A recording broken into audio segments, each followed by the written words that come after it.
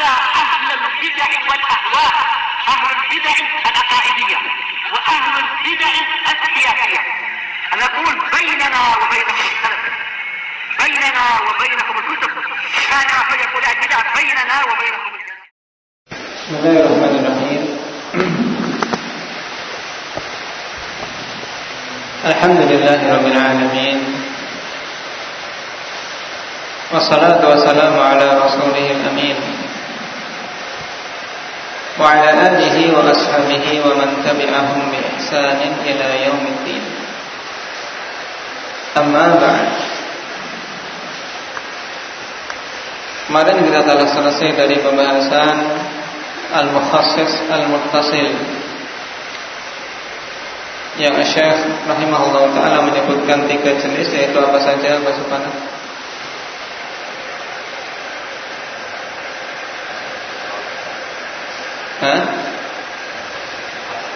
Nah,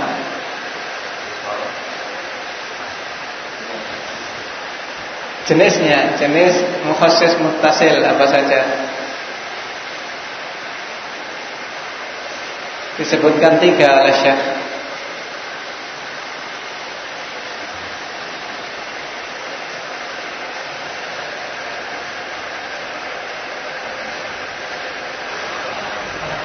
Istitsna. Nah, tayyib. Istitsna, asy-syart, dan yang ketiga as-sifat. Yang dimaksud dengan sifat di sini apakah khusus untuk sifat yang dikenal dalam istilah nahwu na'at?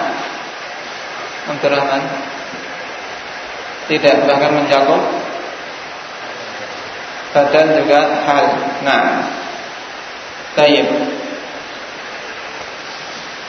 Kita masuk pada mukhassis jenis yang kedua, yaitu al-mukhassis al-munfasil. Qala rahimahullah, al-mukhassis al-munfasilu ma yastaqillu bi nafsihi. Tayyib. Mukhassis muttasil munfasil yaitu pengkhusus yang terpisah. Maknanya bagaimana? Yaitu mukhassis yang berdiri sendiri, dalam artian tidak datang bersamaan, tapi datang di tempat yang berbeda atau pada dalil yang berbeda. Namanya mukhassis munfasil.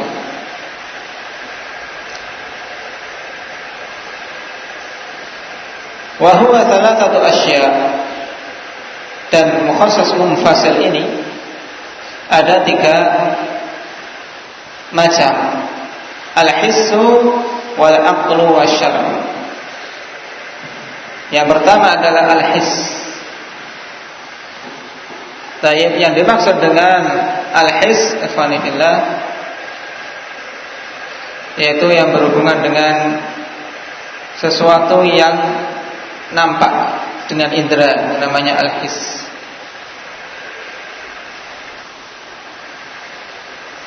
Yang tidak diingkari baik itu dengan indera mata atau indera pendengaran dan yang lainnya. Sesuatu yang bisa diindera itu namanya al-hiss. Kemudian al-aql, akal.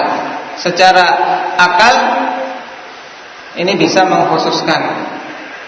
Nah, ya nanti insyaallah masing-masing contohnya akan kita lihat dari penjelasan Syekh.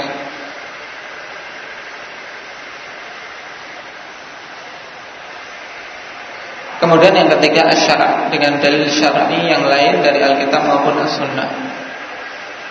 Dan ketiga bentuk mukhassis ini afanillah tidak ada perselisihan di kalangan ahli usul.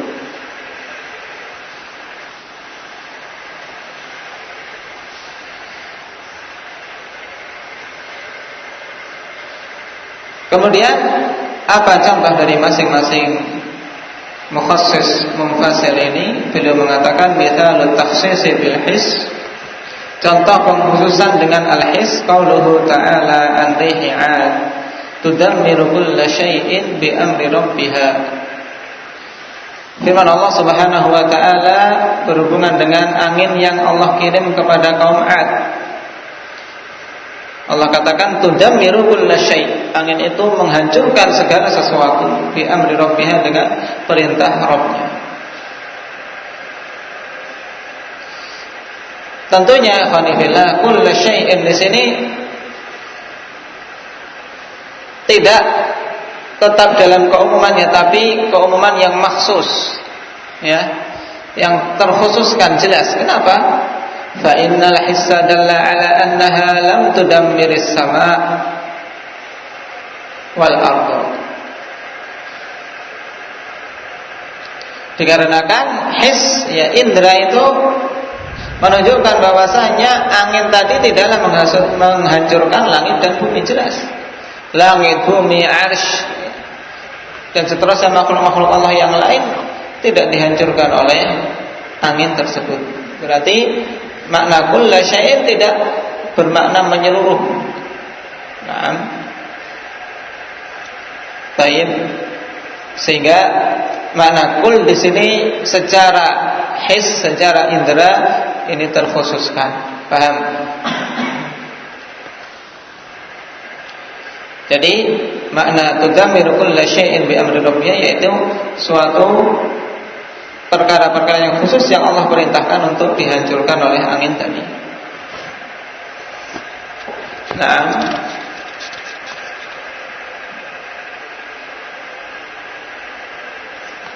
kemudian wa mithalu takhsisi bil aql, dan contoh pengkhususan dengan akal. Qauluhu ta'ala Allahu khaliqu kulli syai'.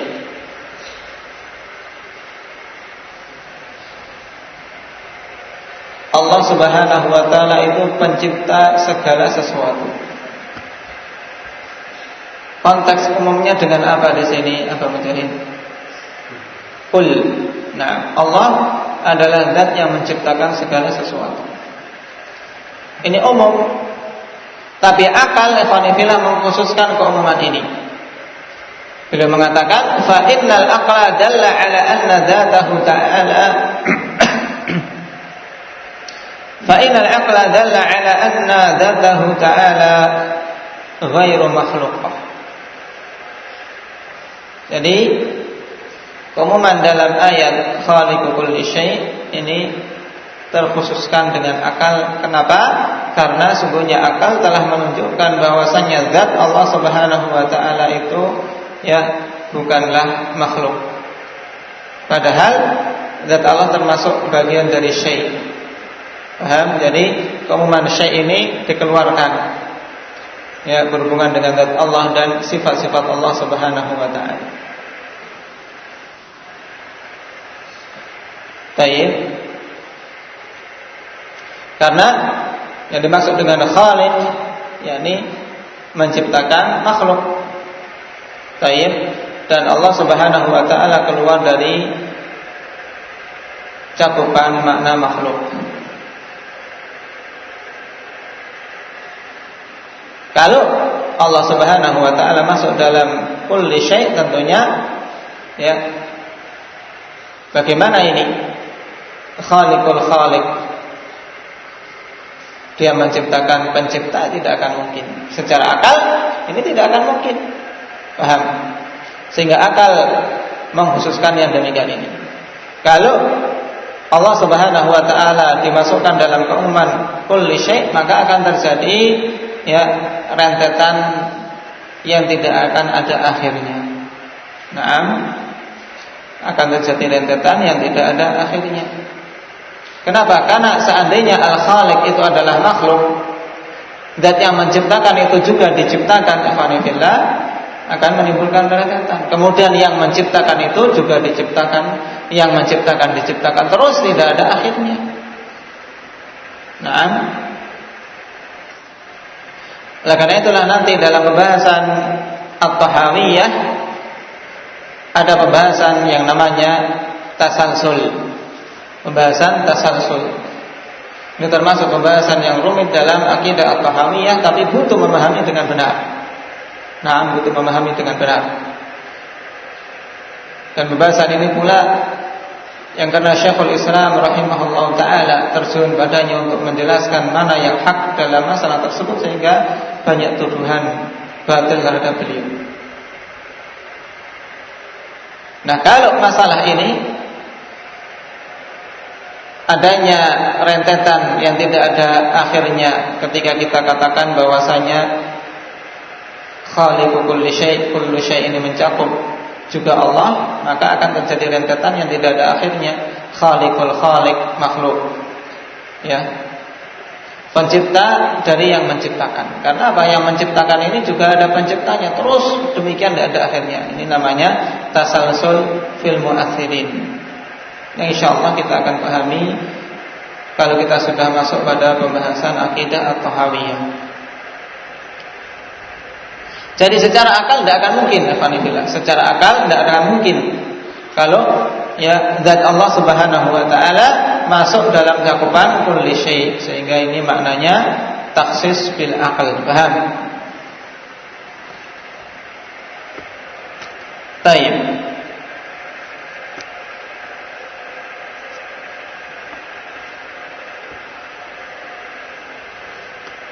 Oleh karena itulah Allah zatnya dan sifat-sifatnya tidak masuk dalam keumuman ayat Allahu khaliqu kulli syai'.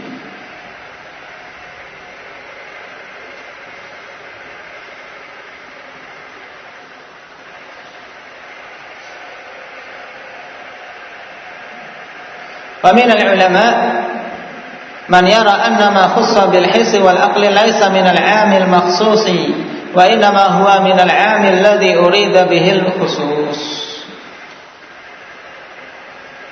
Dan di antara para ulama ada yang berpandangan bahwasanya apa-apa yang dikhususkan dengan al-his dan dengan al-aqal, dengan indera dan dengan akal, bukanlah termasuk dari bagian umum yang dikhususkan, melainkan dia masuk dalam kategori umum yang diinginkan khusus.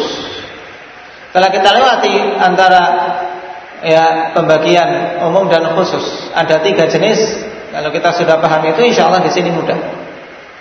Ya, masalah umum ada 3 jenis, yaitu umum yang memang diinginkan umum, ya, secara mutlak, dan umum yang diinginkan khusus. Kemudian yang ketiga, am, yang dikhususkan. Paham? Nah, para ulama pada masalah pengkhususan dengan his dan dengan akal, mereka sebagian yang mengatakan ini bukan am makhsus, tapi masuk kategori yang kedua, yaitu umum yang diinginkan khusus. Kenapa? Idil makhsusu lam yakun muradan indal mutakallim walal mukhatib min awalil amr. Wa hadhihi haqiqatul 'am alladhi urida bihil khusus. Dikarenakan yang dikhususkan ya memang tidaklah diinginkan di sisi mutakallim, orang yang berbicara. Baik.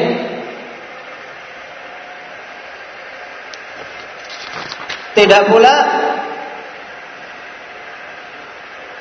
orang yang diajak bicara, ikhwanillah, Tayyib mukhatab. Di sini diharokati kasrah.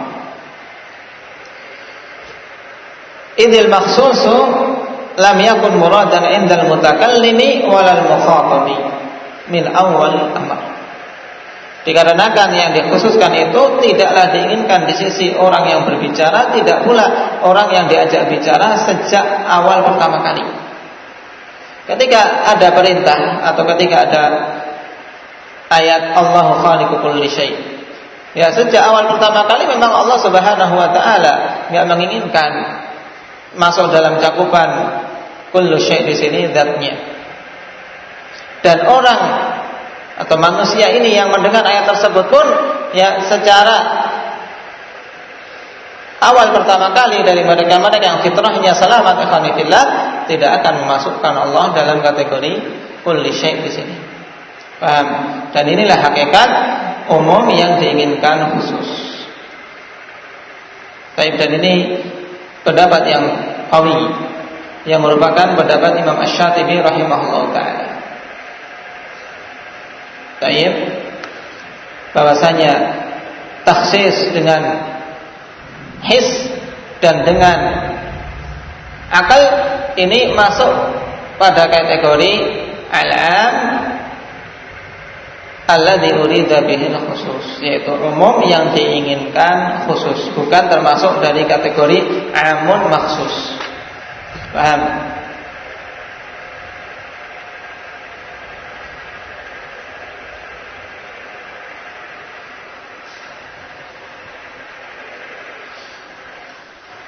Jadi kalau demikian butuh kita mengetahui perbedaan yang dimaksud dengan amun maksus dan am alladzi urida bihil khusus. Yang pertama, kalau umum yang diinginkan khususnya, maka ya keumuman itu sejak pertama kali memang tidak diinginkan mencakup perkara yang dikhususkan tadi. Sejak pertama kali tidak masuk. Misalnya tudammiru kulla syai'in bi amri rabbiha. Sejak awal langit-langit, bumi, semuanya ini arsy tidak masuk sejak awal pertama kali dalam ya konteks kulla syai'. Nah, sehingga tidak butuh untuk mencari dalil yang mengeluarkannya. Nah, kenapa? Karena sejak awal tidak masuk dalam cakupan umum. Ini makna al-am alladzi urida bihil khusus. Adapun amun maksus, ya awalnya dia sudah masuk dalam cakupan umum tadi, kemudian baru dikeluarkan. Ya seperti istitsna misalnya, ikhwan fillah. Innal insana lafi khusr illa alladziina amanu. Ya al-insan, semua manusia berada dalam kerugian, ini semuanya, enggak ada yang dikhususkan. Kemudian baru dikeluarkan dari cakupan umum ini yang beriman, yang beramal soleh dan seterusnya. Paham?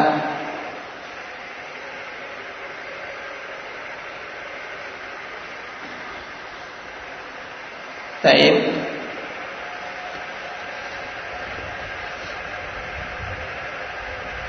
Kemudian yang kedua, untuk penggunaan istitsna pada al-am alladzi urida bihil khusus ini sangat buruk dan menunjukkan lemahnya bahasa yang digunakan. Berbeda dengan amun maksus, ketika ada istitsna ini memberikan faidah, tapi kalau pada al-am alladzi urida bihil khusus kemudian digunakan istitsna di situ, ini menunjukkan lemahnya bahasa yang digunakan. Misalnya ikhwan fillah dalam ayat tadi, tudammiru kulla syai'in bi amri rabbiha illa samawati wal ard wal arsy dan seterusnya. Ini menunjukkan lemah, dalam bahasa lemah. Tapi buruk. Kenapa? Karena merupakan perkara yang jelas angin ya tidak akan mencapai kekuatannya untuk menghancurkan langit dan bumi serta arsy. Baik. Juga misalnya dalam ayat tadi, Allahu khaliqu kulli syai'in illa nafsah. Allah Subhanahu wa taala adalah pencipta segala sesuatu kecuali dirinya. Ini suatu perkara yang qabih, suatu perkara yang buruk. Kenapa? Karena merupakan perkara yang sejak awal diketahui dengan akal Allah Subhanahu wa taala tidak masuk dalam keumuman kulli syai'. Paham? Ini kalau am alladzi urida bil khusus. Nah, ini dua perbedaan. Ya, makna antara am urida bil khusus dan am maksus. Baik. Kemudian jenis yang ketiga dalam takhsis munfasil, yaitu at-takhsis bisyara'. Beliau mengatakan, wa amma at-takhsisu bisyar'i fa innal kitaba was sunnata yukhassisu kullun minhuma bimithlihima wa bil ijma'i wal qiyas. Nah, pengkhususan dengan syar'i, yaitu dalil-dalil syar'i yang dimaksud di sini, mencakup dalil-dalil syar'i yang muktabar, baik itu dalil berupa Alkitab, As-Sunnah maupun ijma' serta qiyas menurut pendapat jumhur ulama, dengan memasukkan qiyas padanya. Dan tentunya ini 4 dalil syar'i ikhwanifillah yang muktabar, dan tentang masalah qiyas yang rajih merupakan dalil tapi pada qiyas yang sahih, pada qiyas yang sahih.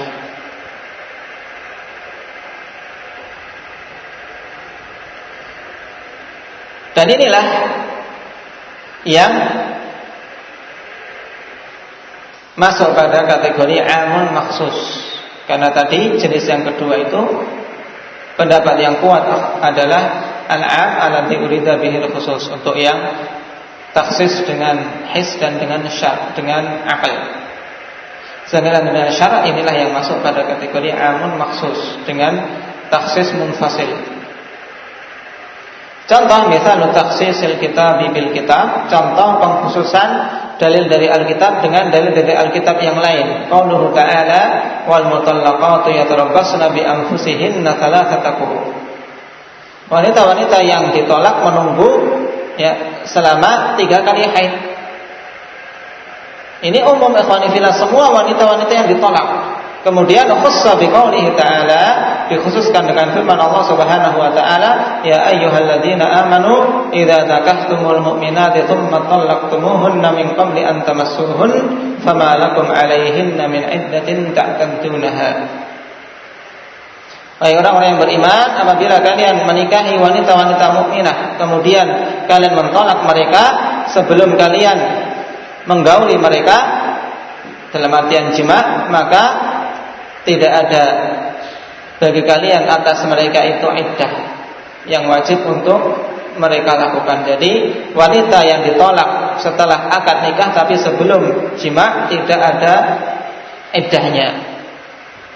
Ini dikhususkan dari keumuman ayat pada surat Al-Baqarah. Telah kita lewati. Juga satu keadaan lagi yang dikhususkan dari ayat ini apa? Siapa yang ingat? Rahman. Masalah iddah bagi wanita-wanita yang ditolak di sini wal mutallaqat, ini umum dengan al, mencakup semua wanita-wanita yang ditolak. Mereka menunggu dalam waktu iddah 3 bulan, 3 kali haid. Dikecualikan satu di sini, yaitu wanita yang sudah akad belum dukhul tapi ditalak. Di sana ada satu lagi apa? Wanita yang hamil. Nah, wanita yang hamil dikeluarkan dari keumuman ayat ini. Baik.